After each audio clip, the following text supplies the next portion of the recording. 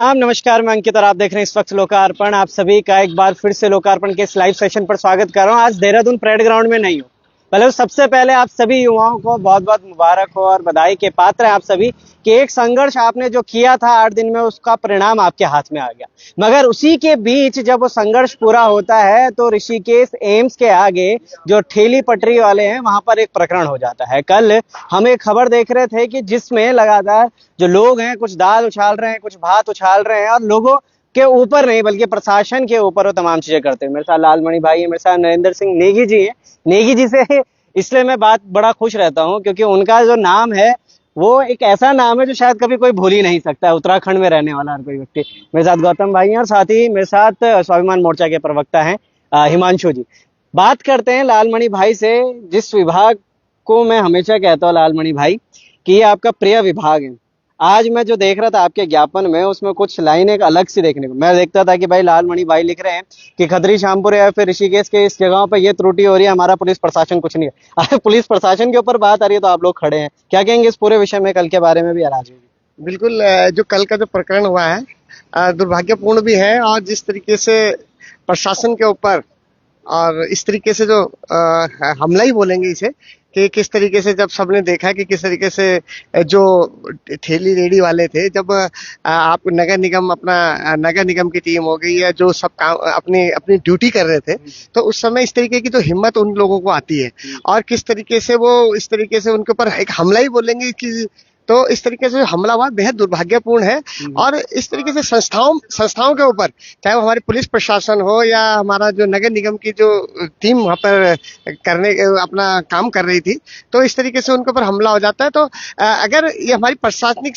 जो व्यवस्थाएं हैं, जो ये अगर कोई काम कर रही है तो हमें इनका समर्थन भी करना चाहिए, क्योंकि हर समय टकराव इसलिए होता है हमारा कि जब ये अपना काम प्रॉपर नहीं करते। कल जो ये काम कर रहे थे, अपना प्रॉपर काम करने के लिए गई थी पुलिस प्रशासन की टीम भी, पुलिस की टीम भी गई थी और अपनी नगर निगम की टीम भी गई थी, और उनके साथ इस तरीके से जो घटनाक्रम हो जाता है, उनके साथ इस तरीके से जो हम कहेंगे कि हमला उनके ऊपर हो जाता है और इस तरीके का दुर्व्यवहार उनके साथ किया जाता है, तो कहीं ये मतलब क्षम्य नहीं है। और इस तरीके का हम हमेशा विरोध करेंगे, क्योंकि इन संस्थाओं के साथ अपने सिस्टम के साथ मिलकर हम सबको काम करना है। हम लोग प्रतिनिधि के तौर पे भी काम करते हैं, तो हमें अपनी संस्थाओं के साथ मिलकर काम करना चाहिए। हर समय क्लैशेस टकराव तब होते हैं जब हमारी संस्थाएं प्रॉपर काम नहीं कर रही होती हैं। पर जब अपना कल वो जो निगम है, वो जो हमारा अपना प्रॉपर ड्यूटी कर रहे थे, और जो एम्स है, जीरो जोन जो राइट साइड लेफ्ट साइड जो अपना जीरो जोन उसको स्थापित करने का एक वो था उनका, तो वहां पे समस्याएं होती थी, आवागमन में आने जाने में जो लोगों को समस्याएं हो रही है, तो उसको वो अपना मेंटेन कर रहे थे। और उसके ऊपर अगर आप इस तरीके से जो कुछ लोग जो हमने तो ये सुना है कि कुछ लोग वहां पे अपना इलाज कराने आ रहे हैं, अपना वहां पे कब्जा भी जमा दे रहे हैं, और हाँ, बाहर से ही आ रहे हैं, अपना कब्जा जमा दे रहे हैं, और इस तरीके की फिर हिम्मत भी उनको आ जा रही है। तो इस तरीके की हिम्मत उनको ना आए। तो आज जो कल क्या हुआ कि वो पुलिस ने मतलब उनके ऊपर जो था मुकदमा भी उनके ऊपर नहीं हो पाया, तो उनके ऊपर तब क्या हुआ कि किसी ने, जैसे हमारा कहना ये था कि जो हमारे शंभू पासवान जी थे, उन्हें खुलकर आगे आना चाहिए था, और ऐसे तत्वों के जो एंटी सोशल एलिमेंट, असामाजिक तत्व हैं, इनके खिलाफ उनको तहरीर देनी चाहिए थी और एक कठोर कानूनी कार्रवाई उनके विरुद्ध होनी चाहिए थी। परंतु उनकी तरफ से भी कोई इस तरीके की शिकायत नहीं आई। तो इसलिए हमारे जो उत्तराखंड स्वाभिमान मोर्चा के जो हमारे भाई लोग हैं, हम सब लोग यहाँ पे आए और ये डिसाइड किया गया कि अगर वो लोग अपने ड्यूटी से बच रहे हैं, हमारे जो नगर निगम के, हम तो मेयर ही बोलेंगे सीधे कि वो ही अपनी ड्यूटी से बच रहे हैं, तो हम जो आम जो लोग हैं, जो सिविलियंस हैं, उनकी भी अपना एक नैतिक कर्तव्य बनता है। तो उस संदर्भ में आज यहाँ पर उनके ऊपर कठोर से कठोर कानूनी कार्रवाई के संदर्भ में आज हम सब लोग यहाँ पे आए। बिल्कुल, बहुत बहुत धन्यवाद सर जुड़े। सर क्या कहेंगे, पूरा पर्चा अभी आप देख रहे थे, इसमें लिखा हुआ भी था काफी कुछ, मैंने पढ़ा भी, कुछ चीजें समझ में भी आई और कुछ चीजें में ये लगी कि हाँ, जब उन लोगों को अंदर यहाँ पे ला दिया गया है, उन पर शांति भंग का यहाँ पे मुकदमा बोल रहे हैं कि भाई पंजीकृत कर दिया गया, तो अब आप क्या चाह रहे हैं कि उनके पास कैसा क्या होना चाहिए आपकी तरफ? नहीं, देखिए ऐसा है गौरव जी, सिर्फ 151 में उनके चालान काटे गए। हम ये चाह रहे हैं कि उन पे कठोर से कठोर कार्रवाई की जाए, क्योंकि ये बहुत बड़ा, देखिए कल जो जानलेवा हमला किया गया, खुदा ना खास किसी भी कर्मचारी की कोई भी कैजुअलिटी हो जाती तो उसकी भरपाई कौन करता। और ये इन लोगों का साहस देखिए कि ये लोग कर्मचारियों पे, पुलिस वहां पे मौजूद, ठीक है, निगम के कर्मचारी वहां पे मौजूद, और आप उनकी मौजूदगी में, उन्हीं पुलिस की मौजूदगी में कर्मचारियों के ऊपर जानलेवा हमला कर रहे हैं, गरम गरम दाल जला दे रहे हैं। एक जो मैं कल वीडियो देख रहा था, आपने भी देखा नहीं देखा, शायद से सब लोगों ने तक पहुंच चुका था। एक छोटू है जो निगम के कर्मचारी, उनके पूरे वो खुद बता रहे थे कि भाई मैं अंदर से पूरा जल गया हूँ, पीछे दाल फेंक के। तो इस प्रकार के जो कृत्य किए गए हैं, ये बिल्कुल भी एक्सेप्ट नहीं किए जाने चाहिए। और हम आज इसी उससे थाना जगजी से मिले हैं और उन्हें उनके संज्ञान में ये बात लाई गई है कि आप ज्यादा हो सके कि जितने भी ये जिस प्रकार के इन लोगों ने जो जितने भी कल के घटनाक्रम में वो थे, इन सब में कठोर से कठोर कार्रवाई की जाए। बहुत धन्यवाद सर। सर आपसे बात करता हूँ, किसी भी एक जनप्रतिनिधि की नैतिक जिम्मेदारी होती है कि उसके क्षेत्र में अगर कुछ भी त्रुटियां हो, पहले उसका ऋणी होता है, उसको झेलना ही पड़ता है, उसको साफ भी कराना पड़ता है। बात हो रही थी जीरो जोन की, शिवाजी नगर के अंतर्गत वो क्षेत्र आता है, जीरो जोन उसको क्रिएट किया जाता है। वहाँ के पार्षद जो हैं सुरेंद्र नेगी जी, वो बहुत एक्टिव रहते हैं, मगर उनकी एक्टिवेशन वहाँ पे क्यों खत्म हो गई थी कि जब वो जीरो जोन, क्योंकि आज से तो नहीं है कि कल लगा होगा कल ही हटा दिया, वो काफी समय से वहाँ पे खड़े थे, काफी समय से वहाँ पे रोजगार कर रहे थे, उस दौरान क्यों नहीं उनको हटाया गया? अब अतिक्रमण के बारे में बात करते हैं निगम के, भाई हटाना है तो फिर उन पर अटैक कर दिया जाता है, क्या कुछ कहेंगे? देखिए, ये जो अतिक्रमण की समस्या है ना, ये बहुत पुरानी समस्या हो चुकी है। और जिन पार्षद की आपने बात करी थी, तो उन्हीं के एफर्ट से उस एरिया को जीरो जोन डिक्लेयर भी किया गया था। लेकिन पार्षद की अपनी जो शक्तियां होती है वो सीमित होती हैं। तो एक बार जब वहां से उसे खाली करवा दिया गया, उसे जीरो जोन डिक्लेयर करवा दिया गया, उसके बाद आप देखिए कि नगर निगम इस मामले में शांत हो जाता है और दोबारा से जो अतिक्रमण था वो आपको उस एरिया में होता हुआ दिखाई देता है। ये पहली बार नहीं है, बल्कि ये कई बार इस तरह का ड्राइव चलाया जा चुका है।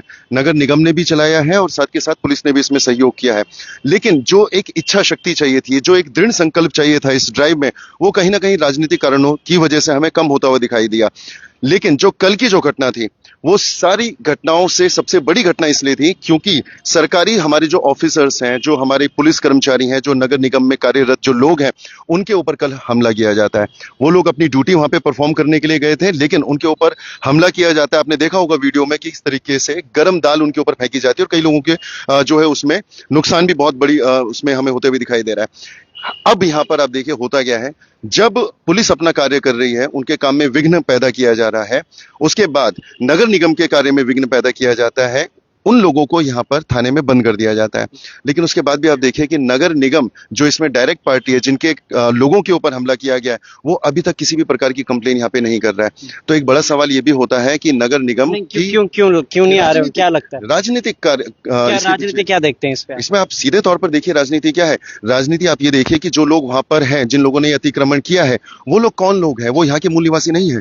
वो लोग यहाँ से 5 साल पहले 8 साल पहले यहाँ पर आए, इलाज करवाने आए, उन्होंने देखा यहाँ पे मौका है जमीन हथियाने का, यहाँ पे मौका है रोजगार हथियाने का, तो उन्होंने वहां पे अपनी बस्तियां लगाई, उन्होंने वहां पे अपनी ठेलियां लगाई और अपने साथ और लोगों को लेके आ गए। तो सबसे बड़ी समस्या वो है कि हम उस वक्त भी चुप थे कहीं ना कहीं, और अब जब सीधे पुलिस पर जब हमला हो चुका है, तो उसके बाद लोगों ने अपनी आवाज उठाना शुरू किया है। उनको संरक्षण किसका मिल रहा है? आप देखिए, ये राजनीतिक संरक्षण खुले तौर पर मिल रहा है। वहां पे कुछ नाम आपको देखने को मिलेंगे जिनके ऊपर गैंगस्टर एक्ट लगे हुए हैं, जिन लोगों के ऊपर दंगों के एक्ट लगे हुए हैं, वो लोग उनकी बात रखने यहाँ पे आ रहे हैं। आप देखिए मेयर इस मामले में बिल्कुल चुप है, आप देखिए पूरा प्रशासन चुप है। आप देखिए पुलिस बार बार ये कह रही है कि पुलिस कार्रवाई करना चाहती है, लेकिन पुलिस कार्रवाई तब करेगी जब नगर निगम इसमें इनिशिएटिव लेगा और नगर निगम इसमें कंप्लेन करेगा, क्योंकि जो कर्मचारी हैं वो नगर निगम के हैं। तो पुलिस तो पूरे तरीके से तैयार है, इसमें पूरा सहयोग देने को तैयार है। लेकिन सवाल यह है कि हरी झंडी जो है वो देगा कौन? तो हमारे जो मेयर हैं वो इसमें शांत बैठे हैं, हमारे जो एमएनए हैं वो इसमें शांत बैठे हैं, और अपने कर्मचारी जो इतनी कड़ी धूप में अपनी जान जोखिम में डालकर अपना कार्य कर रहे हैं, उनके ऊपर अगर हमला किया जा रहा है, तो उनके जो लीडर हैं वो बिल्कुल भी उन्हें सहयोग करने के लिए तैयार नहीं है, वो उनके लिए बिल्कुल भी आवाज उठाने को तैयार नहीं है। आप तो किसको चिताने आए? आप पुलिस प्रशासन को ही चिताने आए कि भाई आप पे कल, मैं तो अगर आप जिस तरीके की बातें करें तो अगर उन्होंने तो अटेम्प्ट टू मर्डर होगा ही शायद, बिल्कुल होगा। तो अगर आप पुलिस को चेताने आ रहे हैं कि मेयर साहब को चेताने आ रहे हैं कि भाई आपके कर्मचारियों के ऊपर ऐसा हो रहा है, किसको चेताने आ रहे हैं? क्योंकि ये तो मुझे जो चीजें लग रही है, ऐसा लग रहा है कि नहीं ये आपको ज्यादा पीड़ा हो रही है इसमें कि भाई नहीं कैसे हो गया ये। मैं आपको चेताने आ रखा हूँ सर, और मैं जनता को चेताने आ रखा हूँ। आपकी अंतिम उम्मीद जो होती है ना न्याय की, वो पुलिस होती है, वो जुडिशरी होती है।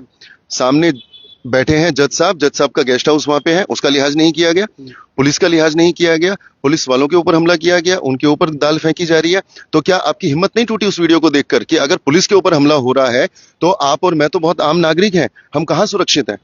अगर पुलिस के ऊपर हमला हो रहा है तो हम कहाँ पर जाएंगे? और हमला होने के बाद भी अगर कोई कार्रवाई नहीं हो रही है, सबसे बड़ा सवाल यह है कि कार्रवाई के नाम पर क्या है?